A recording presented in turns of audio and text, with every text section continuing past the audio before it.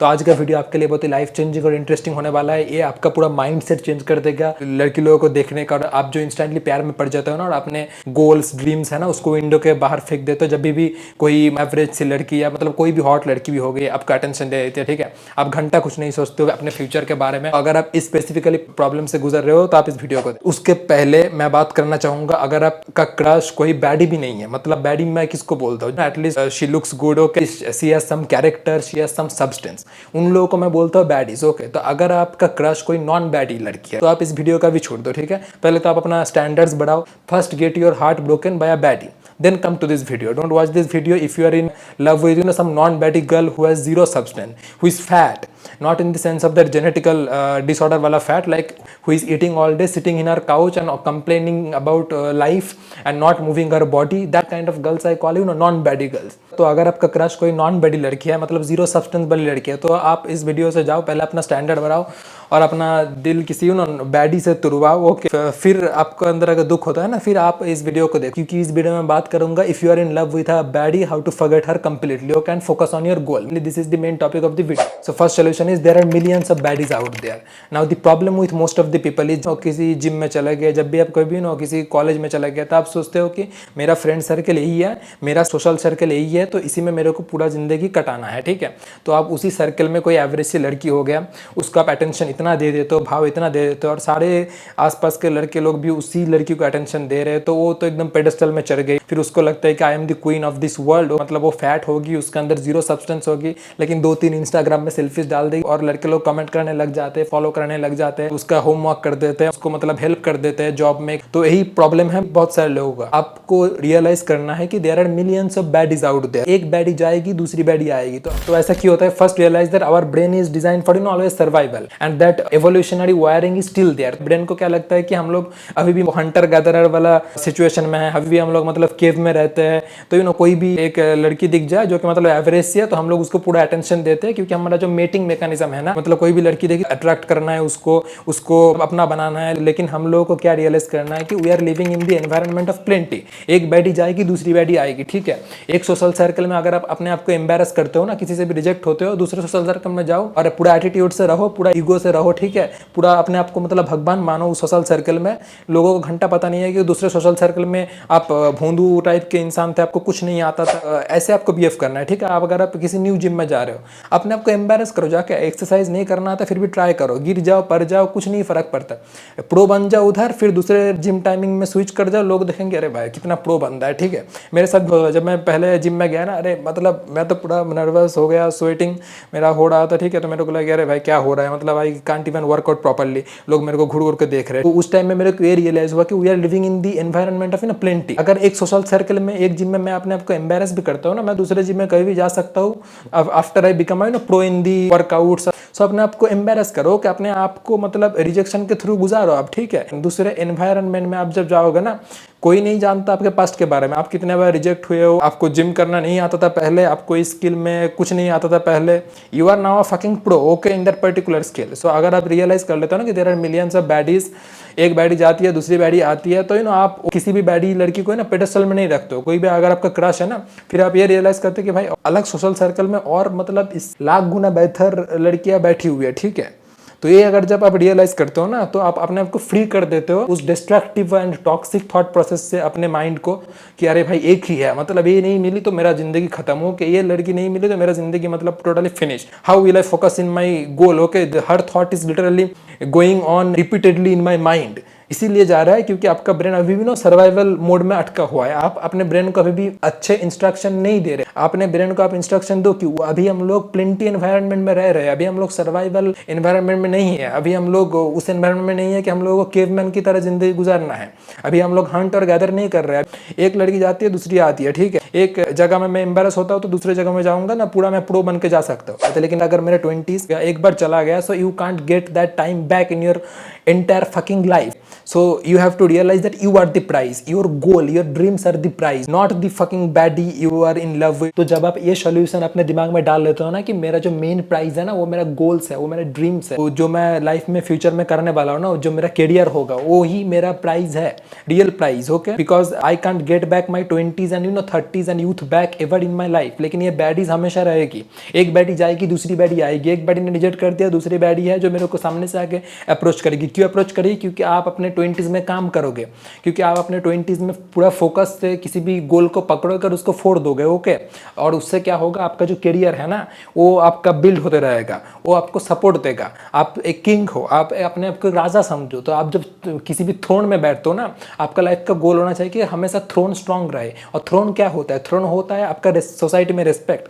Throne क्या होता है? How much money you want. Throne क्या होता है? आप जिस करियर में हो ना उसमें आप कितने तगड़े बन रहे हो. ठीक है, आपका जो ड्रीम है ना, आपका जो गोल है ना, उसमें आप कितना डेली काम कर रहे हो, रोज रिपीटेडली कंसिस्टेंटली, वो आपका थ्रोन है. वो आप जितना करते रहते हो आपका थ्रोन उतना ही मजबूत होते रहता है. तो कभी भी अगर आपके लाइफ में भी ना कैटरीना कैफ भी आ जाए ना और वो भी आपको अप्रोच करे ना, आप जब अपने गोल में फोकस करो, किसी को भी पेडेस्टल में रखने की जरूरत नहीं है ना. आपको यही मेंटेलिटी रखना है कि भाई there are millions of baddies. Katrina Kaif से भी सुंदर लड़की होगी जो मैं पटा सकता हूँ. और ऐसे होता है लाइफ में. आपको नहीं लगता कि मतलब चोमो चोमो लड़के लोग 8 out of 10 लड़की लोगों के साथ घूम रहे हैं? क्यों? क्योंकि उन लोगों का थ्रोन जो है ना बहुत ही स्ट्रांग है.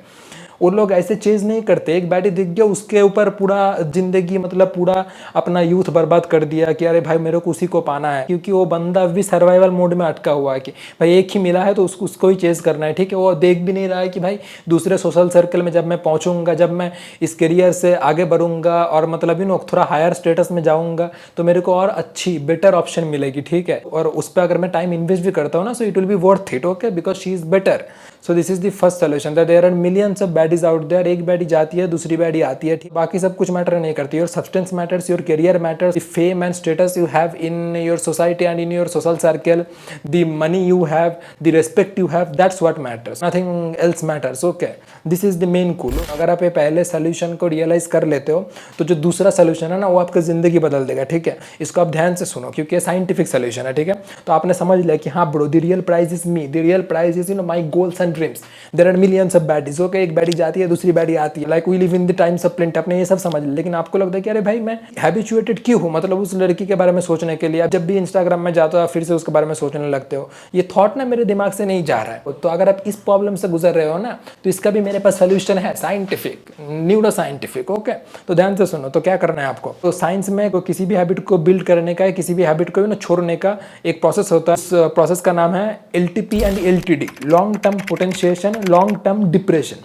तो किसी भी अगर हार्ड एक्टिविटी, हार्ड हैबिट आपको अपने लाइफ में इंस्टिल करना है, ठीक है, अपने लाइफ में ऐड करना है, तो क्या करना है आपको? अगर सुबह उठ के वर्कआउट करने जाना है या दौड़ने जाना है, लेकिन आप सुबह उठने के हैबिचुएटेड नहीं हो, ठीक है, मतलब आप उठते हो 11-12 बजे, लेकिन आपको उठना है अभी 9 बजे और रनिंग में जाना है, आपको 2 घंटा स्टडी करना है. तो उस हैबिट को बिल्ड करने के लिए जो आपका दिमाग में जो न्यूरॉन्स वगैरह होते हैं ना, अगर आप एक दिन करते हो आप बहुत फ्रिक्शन महसूस करते हो, आपको बहुत दर्द होता है, आपको लगता है अरे भाई करने का मन नहीं हो रहा. आप दूसरे दिन करते हो तो आपको लगता है कि अच्छा ठीक है करने का मन नहीं होता, लेकिन इस हैबिट को मेरे को बिल्ड करना है, ठीक है, तो मैं और जोर लगाऊंगा कि कंसिस्टेंटली करने का कोशिश करूंगा. ठीक है, तो आप 2 दिन करते हो, फिर जब आप तीसरे दिन करते हो ना, फिर आपके दिमाग में वो एक्टिविटी पैटर्न बन जाता है. ठीक है, और आप चौथे दिन उस एक्टिविटी को ईजिली कर सकते हो, वो मतलब पहले दिन से ज़्यादा इजीली. ठीक है, तो एक जो फ्रिक्शन है ना वो रिड्यूस हो जाता है, जो रेजिस्टेंस है ना वो रिड्यूस हो जाता है. क्यों रिड्यूस होता है? क्योंकि आपका ब्रेन एक प्रोसेस के थ्रू गुजरता है जिसका मतलब बोलता है LTP, लॉन्ग टर्म पोटेंशिएशन.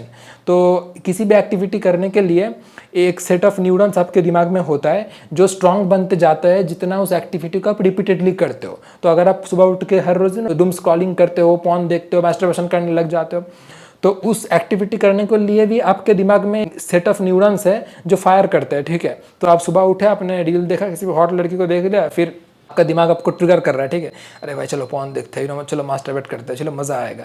तो जो सेट ऑफ न्यूरॉन्स है ना वो अभी स्ट्रांग है क्योंकि आप डेली करते हो, तो सेट ऑफ न्यूरॉन्स बहुत ही स्ट्रांग है और एक्टिविटी में आप घुस जाते हो, अपने आप को कंट्रोल नहीं कर पाते हो. ठीक है, ऑटोमेटिकली आप घुस जाते हो क्योंकि आपका जो उस सेट ऑफ न्यूरॉन में LTP प्रोसेस है ना वो बहुत ही स्ट्रांग है. ठीक है, वो ऑटोमेटिक बन गया है. तो इसीलिए आप किसी भी एक्टिविटी को आपको बिल्डअप करना है ना, तो अभी आप सुबह उठ के पढ़ना चाहते हो, अभी आप सुबह उठ के वर्कआउट करना चाहते हो, तो आपको क्या करना है? उस हार्ड हैबिट के लिए आपके जो सेट ऑफ न्यूरॉन्स है ना उसको स्ट्रॉन्गर बनाना है, ठीक है।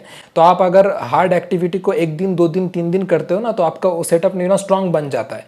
और जो दूसरा सेट ऑफ न्यूरॉन्स है ना जो आपको मोटिवेट करता था कि भाई पॉर्न देखो, भाई मास्टरबेट कर लो, भाई डूम स्क्रॉलिंग करो, भाई रील्स देखो, वो सेट ऑफ न्यूरॉन्स वीक बनते जाता है। तो यही सीक्रेट है कि ना जो एक्टिविटी को आप रिपीटेडली कंसिस्टेंटली करोगे वो सेट ऑफ न्यूरॉन्स या वो एक्टिविटी आपके लिए ऑटोमेटिक बनते जाता है through a process called LTP, long term potentiation. Okay, तो आपका जो न्यूरॉन्स है ना जनरली फिजिकली स्ट्रांग होते हैं उस एक्टिविटी करने के लिए। ओके, उधर और सारे रिसेप्टर्स बनते हैं, न्यूरॉन का जो साइनाप्सिस होता है ना वो और थिक होता है और अच्छी तरीके से फायर करता है और स्ट्रांगली फायर करता है। तो उस एक्टिविटी को आप इजीली कर सकते हो, रेजिस्टेंस कम हो जाता है। इसी साइंटिफिक लॉजिक को हम लोग लड़की के लॉजिक में लगाएंगे। अगर आपका कोई भी जिम क्रश हो गया, कॉलेज क्रश हो गया, कॉलोनी में कोई किसी को आप देख रहे हो आपका क्रश है, सोशल मीडिया में आप किसी को चेकआउट कर रहे हो आपका क्रश है, तो फर्स्टली आपको क्या करना है, ट्रिगर को आपको एलिमिनेट करना है। तो आप सोचा आपका ट्रिगर क्या है। अगर आप जिम में जाते हो किसी टाइम में वो लड़की आती है तो आपका ट्रिगर है। ओके, इसको हम लोग बोलते हैं एनवायरमेंटल ट्रिगर।